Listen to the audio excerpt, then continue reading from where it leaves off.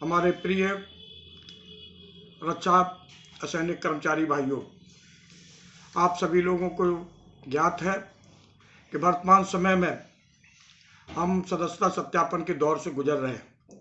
सदस्यता सत्यापन में आज जो है भारतीय प्रत्यक्ष मजदूर संघ की तरफ से कुछ जो है अपील आप सबके सामने करना चाहता हूं। मित्रों, भारतीय प्रत्यक्ष मजदूर संघ ने अपने प्रारंभ काल से ही कर्मचारियों की लड़ाई को बखूबी लड़ा है, जीता है और कर्मचारियों के हक उनको दिलाने में सफल रहा है। भारतीय प्रत्यक्ष मजदूर संघ कभी भी झूठ के आधार पर अपनी ट्रेड यूनियन नहीं करता। भारतीय प्रत्यक्ष मजदूर संघ तथ्यों के आधार पर अपनी बातें जो है आपके सामने रखना चाहता है। आप सभी को ज्ञात होगा कि जब समय हमारे जो दो मान्यता प्राप्त महासंघ हैं, जो 50 वर्ष से और 60 वर्ष से रक्षा क्षेत्र के कर्मचारियों को गुमराह करते आ रहे हैं, उनकी समस्याओं के हल न करा करके उनके साथ खिलवाड़ करते आ रहे हैं, ऐसे जो है कर्मचारी संगठनों को भारतीय प्रत्यक्ष मजदूर संघ ने अपनी मान्यता के 2 साल के अंदर अपना कार्य करते हुए सबक सिखाने का काम किया है। ये कहते हैं कि हमने 55 साल तक संघर्ष किया, तब हम औद्योगिक कर्मचारियों को 300 दिन की छुट्टी दिला पाए। सरासर झूठ, क्योंकि इन्होंने जो है 5वें वेतन आयोग की सिफारिश के बाद भी, जिसमें उन्होंने कहा था कि औद्योगिक कर्मचारियों को 300 दिन की छुट्टी मिलनी चाहिए, इन्होंने 120 दिन दोनों ही महासंघों ने अपने नेशनल काउंसिल जेसीएम में बैठ करके समझौता किया और 300 दिन की छुट्टी के मामले को समाप्त कर दिया था। भारतीय प्रत्यक्ष मजदूर संघ एक ऐसा संगठन है जिसने और तत्कालीन रक्षा मंत्री श्रीमान जॉर्ज फर्नांडीज से उन 300 दिन की छुट्टी का मामला हमने हल कराया। इसी तरह से औद्योगिक कर्मचारियों का जो प्रमोशन का इंटरग्रेड रेशियो है, वो इंटरग्रेड रेशियो वर्षों तक जो है 15, 20, 65 का रेशियो केवल कुछ ही ट्रेडों तक था। हमने सारे ट्रेडों को उसमें कवर करते हुए, सभी ट्रेडों को जो है सम्मिलित करते हुए और अपना जो है उस रेशियो को जो 15, 20, 65 का था उसको 55 और 45 यानी 55% हाईली स्किल्ड और 45% स्किल्ड कर्मचारियों का रेशियो हुआ और 55% में से 25% मास्टर क्राफ्टमैन की पोस्टें दिलाई। हमने एसीपी स्कीम दिलाई 9899 को। इसके पूर्व की सरकार में, जिसमें जो है ये कम्युनिस्ट पार्टी और जो तीसरा मोर्चा जिसको कहा जाता है, उसने एसीपी जो है नहीं दी थी। मित्रों, इन तमाम चीज़ों का एसीपी हो, 300 दिन की छुट्टियां हो, इंटरग्रेड रेशियो हो, ये क्यों जो है भारतीय प्रत्यक्ष मजदूर संघ की मान्यता के बाद ही आया, ये जो है समझने की बात है। मित्रों, आज जो है आपकी जो है एनपीएस है, एनपीएस के संबंध में आप सबको ज्ञात है। एनपीएस को लाने वाला कौन? 22/12/2003 को इसका नोटिफिकेशन हुआ अटल बिहारी वाजपेयी जी की सरकार के टाइम पर। इसको लागू किसने किया? इसका जो लेटर है, जो एग्जीक्यूटिव ऑर्डर है, वो इशू किया यूपीए की मनमोहन सिंह जी की सरकार ने। और पीएफआरडीए बिल पास करके एनपीएस का कानून किसने बनाया? ये मनमोहन सिंह जी की सरकार ने। 10 साल तक इसमें किसी भी तरह का परिवर्तन नहीं हुआ। क्यों नहीं हुआ? क्योंकि नेशनल काउंसिल जेसीएम के नेता चुप्पी साध करके बैठे थे। कारण स्पष्ट है कि एनपीएस के अंतर्गत इनका एक छुपा हुआ एजेंडा था, सरकार के साथ समझौता था। इन्होंने सरकार के साथ बैठ करके कर्मचारियों की पीठ में छुरा भोंकने का काम किया था। एनपीएस इन्होंने लागू कराया और उसके ट्रस्टी भी बने। 2004 से लेकर के 2012 तक जो है ये ट्रस्टी बन करके उसके अंतर्गत काम किए और 10 साल तक यूपीए की सरकार रही। यूपीए की सरकार में ये कम्युनिस्ट पार्टी के नेतागण भी सम्मिलित थे। ये जो है कोटा कानून समाप्त करा सकते हैं, विदेश मंत्रालय समाप्त करा सकते हैं, लेकिन कौन से कारण है, मैं पूछना चाहता हूं कि जो है एनपीएस को इन्होंने समाप्त नहीं कराया। ग्रेजुएटी साथ में समाप्त करा दी और ये 10 साल तक चुपचाप बैठे रहे। भारतीय प्रत्यक्ष मजदूर संघ ने तत्कालीन वित्त मंत्री को जो है याद दिलाने का काम किया कि आपने हमसे वादा किया था एनपीएस में सुधार करने के लिए। आपने वादा किया था कि एनपीएस किसी भी कीमत पर ओपीएस से कम नहीं होगी, लेकिन आज जो है कर्मचारियों को जो सेवानिवृत्त हो रहे हैं उन्हें क्या मिल रहा है? कुछ भी नहीं मिलता। 500 रुपया पेंशन, 800 रुपया पेंशन, 1200 रुपया पेंशन। उन्होंने कहा कि निश्चित रूप से हमने आपसे वादा किया था और इसके ऊपर हम विचार करेंगे, आप अपना प्रस्ताव दीजिए। हमने कहा कि आप एनपीएस को समाप्त करके ओपीएस लागू करें और साथ ही साथ अगर ओपीएस लागू करने में आपको कठिनाई है, कंट्रीब्यूटिव पेंशन स्कीम रखना चाहते हैं, तो आपको जो है एनपीएस में लास्ट पेड रन का 50% गारंटी देनी होगी। और इस तरह से उनके सामने हमने ये विषय रखा कि आपने जो है ग्रेच्युटी किस आधार पर समाप्त कर दी, ग्रेच्युटी आपको देनी होगी। भारतीय मजदूर संघ और भारतीय प्रत्यक्ष मजदूर संघ के प्रयासों का ही कारण है कि हमें जो है 2016 से हमारे एनपीएस के कर्मचारियों को ग्रेच्युटी के अंतर्गत लाया गया।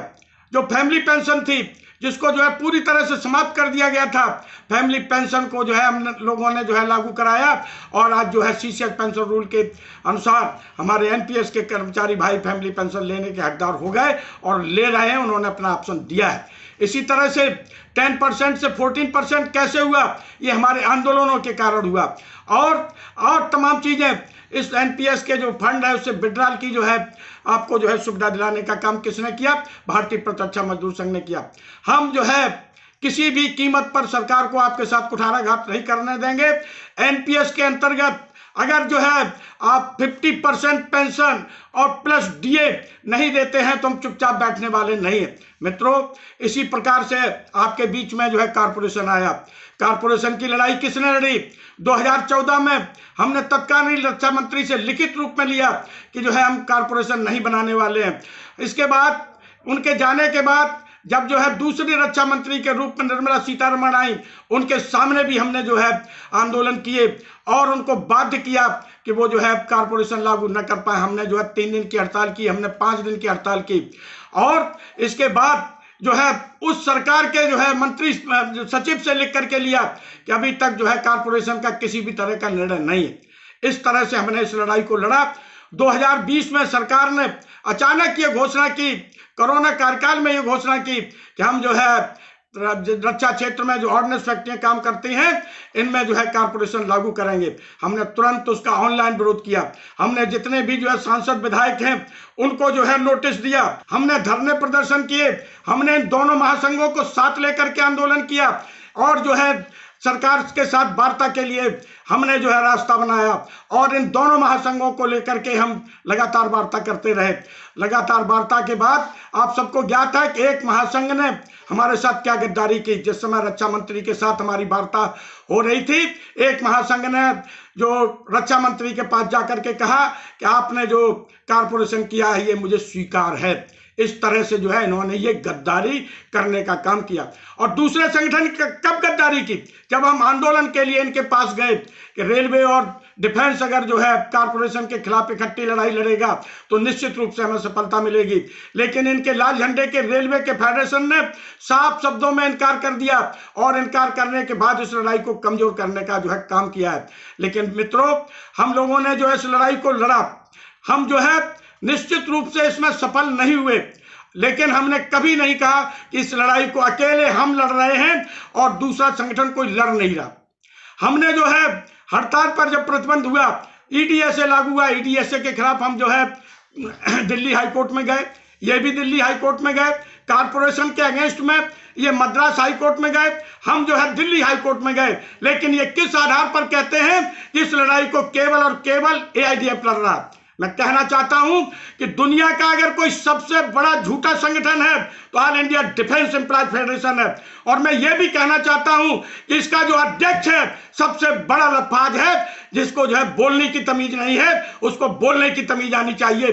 83 साल की उम्र में जिन शब्दों का इस्तेमाल अपने ट्रेड यूनियन साथियों के साथ करता है, जो इसके साथ कंधे से कंधा मिलाकर खड़े थे, ऐसे नेताओं को आपको पहचानना है और ऐसे नेताओं को बेनकाब करना है। और जो है जो 27 तारीख को जो आपका चुनाव, उस चुनाव में इनको सबक सिखाने का काम करना है। मित्रों, आज जो है जो न्यायालय का निर्णय वो हमारे पक्ष में हो चुका है, जिसमें सरकार ने कहा है कि रक्षा क्षेत्र के कर्मचारियों को टिल टू रिटायरमेंट सरकारी कर्मचारी का जो है दर्जा बरकरार रहेगा। और ये कहते हैं कि हमारे को जो है लिखित रूप में हमारे कोर्ट केस में दिया है। मैं आपको बताना चाहता हूं कि हमारे में आदेश हो चुका और ये कहते हैं कि हमारे में एफिडेविट दिया। अरे क्यों इतना बड़ा झूठ बोलते हो? क्यों कर्मचारियों को बरगलाने का काम करते हो? इसलिए मैं जो है अपने कर्मचारी साथियों से यही कहना चाहूंगा, पहचानो असली गद्दार कौन है। शुरू से लेकर के आज से जो है इन्होंने 60 साल तक गद्दारी की है। जो भी पे कमीशन आया कर्मचारियों की पीठ पर छुरा भोंकने का काम किया है। साथ में पे कमीशन के समय पर एक बहुत बड़ा जन आंदोलन खड़ा हुआ था। पूरा कर्मचारी जो है हड़ताल करने के लिए तैयार था। 11 जुलाई 2016 को रात में जो है तत्कालीन गृह मंत्री और आज के रक्षा मंत्री के बंगले पर जाकर के किसने समझौता किया? न फिटमेंट फार्मूले में किसी तरह की वृद्धि हुई, ना जो है हमारे अलाउंसेस बढ़े। इस तरह का काम करने वाले संगठनों को आपको पहचानना है। सरकार चाहे बीजेपी की हो, सरकार चाहे कांग्रेस की हो, सरकार चाहे तीसरे मोर्चे की हो, ये दोनों संगठन चाहे जो है वो INDWF हो या जो है all India defence employees federation हो या इनके जो साथी रेलवे में है, नेशनल काउंसिल JCM में है, ये हमेशा सरकारों की गोद में खेलते हैं। इनके लिए जो है कोई सरकार अछूती नहीं है। आज जो NPS की बात करते हैं, NPS जो है केरल में तुमने क्यों नहीं रोक पाया? वहां पर जो है तुम्हारी विचारों की सरकार थी। आप जो है जब तक ट्रेड यूनियन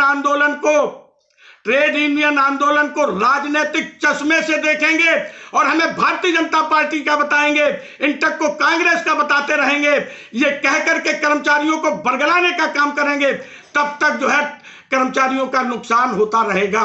हम जो है अपने आप को कहना चाहते हैं, हम विशुद्ध गैर राजनीतिक ट्रेड यूनियन है। अटल बिहारी वाजपेयी जी की सरकार रही हो या मोदी जी की सरकार रही हो, हमने टेबल टॉक करके कर्मचारियों को कुछ दिलाया और उनकी नीतियों का विरोध हमने जो सड़कों पर किया है। ये जो है किसी से छुपा नहीं है। हमारे जो है दत्तोपंत ठेंगड़ी जी ने जो है अटल बिहारी वाजपेयी जी की सरकार के वित्त मंत्री को क्रिमिनल मिनिस्टर तक कह करके जो है पुकारा था। और आज जो है मोदी जी की सरकार के टाइम पर उनके मुंह पर हमारे जो है राष्ट्रीय अध्यक्ष ने कहा था कि अगर आप कर्मचारियों के साथ न्याय नहीं करोगे तो हम अनिश्चितकालीन हड़ताल करेंगे। ये हिम्मत किसमें है? जो सरकार की आंख में आंख डाल करके बात कर सकता है वो भारतीय मजदूर संघ, भारतीय प्रत्यक्ष मजदूर संघ। तुम कभी भी बात नहीं कर सकते। तुम तो जो है सरकार के पास जाने के लिए हमारे कंधों का इस्तेमाल करते हो। कोई कार्यकर्ता तुम्हारा विक्टिमाइज हो जाता है, हमारे सामने गिड़गिड़ाते हो कि भैया किसी तरह से इसको बचाओ। और जो है जब जो है आपकी जो है वो हल हो जाता है तो कहते हो कि वोट केवल हमको देना, हम लड़ाई लड़ रहे हैं। अरे इन्होंने हमेशा लड़ाई को कमजोर किया है। जिस समय कारपोरेशन की लड़ाई हम लड़ रहे थे, ये दोनों महासंघ आपस में लड़ते थे, अधिकारियों के सामने लड़ते थे। उस समय जो है भारतीय प्रत्यक्ष मजदूर संघ इनके बीच जो है खड़े होकर के इनका बीच बचाव करने का भी काम करता था। इसलिए मित्रों, मैं आपसे एक ही अपील करना चाहूंगा कि इनके झूठे बहकावे, झूठे फरेब में मत आइए। इनके 50 साल और 65 साल का ये जो इतिहास बताते हैं, ये इतिहास इनका झूठा है, मक्कारीपूर्ण है।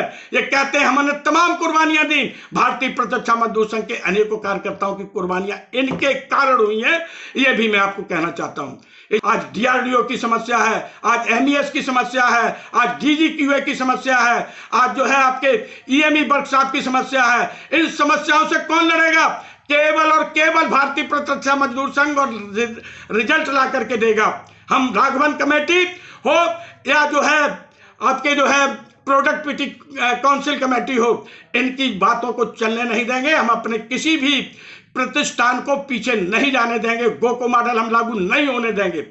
कर्मचारियों की जो समस्या है, चाहे वो 43,600 हो, चाहे जो है वर्कलोड की समस्या हो। अभी आपने देखा कि TCL में अपनी पीठ थपथपा रहे हैं, जबकि हमने जो है तमाम विधायकों को, मंत्रियों को ज्ञापन दिए, रक्षा मंत्री से बात की और TCL को जो है वर्कलोड दिलाने में जो है सफलता प्राप्त की है। इसी तरह से हमारे जितने भी जो है PSU हैं उनमें वर्कलोड निश्चित रूप से पूरा कराएंगे। हमने एक प्रस्ताव सरकार को दिया है कि हमारे ऊपर प्रसार भारती मॉडल लागू करो, या तो आप जो है पूरी तरह से हमारे OFB को बहाल करो, और अगर नहीं करते हो तो हमारे कर्मचारियों को टिल टू रिटायरमेंट जिस तरह प्रसार भारती में किया उसी तरह से ऑर्डिनेंस फैक्ट्री के कर्मचारियों को प्रसार भारती मॉडल देकर के सरकारी कर्मचारी हमेशा के लिए घोषित करें। मैं पुनः आप सभी बंधुओं से, चाहे वो ऑर्डिनेंस फैक्ट्री के हों, चाहे वो DRDO के हों, चाहे वो DGOS के हों, चाहे वो MES के हों, चाहे DGQA के हों, चाहे EME के हों, आपको जो है केवल और केवल ये ध्यान रखना है कि भारतीय प्रतिरक्षा मजदूर संघ ही आपकी लड़ाई को लड़ सकता है और भारतीय प्रतिरक्षा मजदूर संघ को ही भारी मतों से विजयी बनाते हुए प्रचंड बहुमत के साथ नंबर 1 पर लाइए। हम गारंटी देते हैं कि सरकार को मनमानी नहीं करने देंगे। और साथ ही ये कहते हैं, जो ये दावा करता है इन सारी चीजों को हम ले आएंगे, तो इनका दावा खोखला और झूठा है, इनको कोई नहीं पूछता। भारतीय प्रतिरक्षा मजदूर संघ ही ऐसा संगठन है जो आपकी हर समस्या का निदान करा सकता है। आज 8वें वेतन आयोग के लिए कौन लड़ रहा है? भारतीय प्रतिरक्षा मजदूर संघ लड़ रहा है। ये कहां है? कहीं भी नहीं है। जो है मित्रों, एक बार पुनः आप सबसे मैं अपील करूंगा कि आने वाले 31 तारीख तक जो अन्य डिपार्टमेंट में जहां जहां पर भी चुनाव है, भारतीय प्रतिरक्षा मजदूर संघ को सफल बनाएं। और 27 तारीख को जो आपका चुनाव है ऑर्डिनेंस फैक्ट्रियों का, काफी जगह हो चुका है, कुछ स्थानों पर बचा है, वहां पर भी भारी बहुमत से विजयी बनाएं। ऐसी अपील करता हुआ मैं अपनी वाणी को विराम देता हूं। जय हिंद साथियों, धन्यवाद।